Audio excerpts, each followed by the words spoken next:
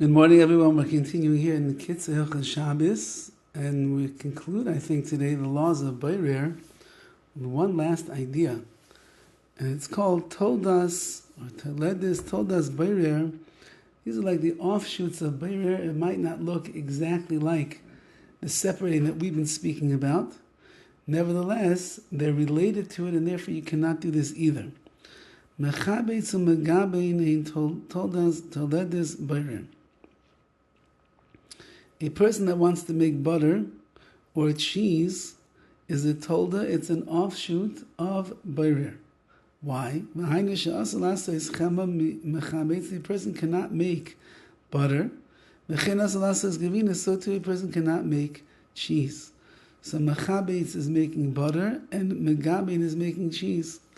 Because it's similar to the Av Malacha, to the main malacha over here of Beirer. Why? Shegam b'mechabetz u'megabein naseis pu'ulais Beirer. Because even when you are making butter or you're making cheese, you're doing activities that resemble Beirer. Sheb'mechabetz, when it comes to making butter, mafrid me'achalav minachema.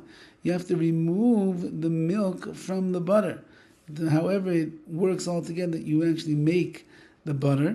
However, there's milk that's in there, and you have to now remove the milk from the solid butter. And when you're making cheese, you are removing the curds of that cheese, min me'achala, from the milk itself, and that's also separation. That's Beirer. You cannot put anything into the milk, as a matter of fact, in order that it should curdle. We could go in keva like the rennet, which is the stomach lining. In all of those cases, you would end up doing some kind of cheese making process, which is going to fall into the world of Beirer. So, says the KITZUR over here, you have to be very careful.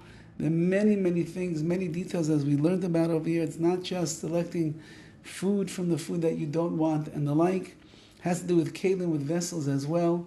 Utensils has to do with clothing and other objects that you might have lying around the house on an average Shabbos, that if you end up separating them in the wrong way, you commit the prohibition of Beirer. And a person that's well aware of these halachas, then Be'ez Hashem, he'll be able to be Shomer Shabbos, keep the Shabbos in the proper way. Have a wonderful day. Be'ez Hashem, tomorrow we're going to start the malacha of teichin, of grinding. All the best.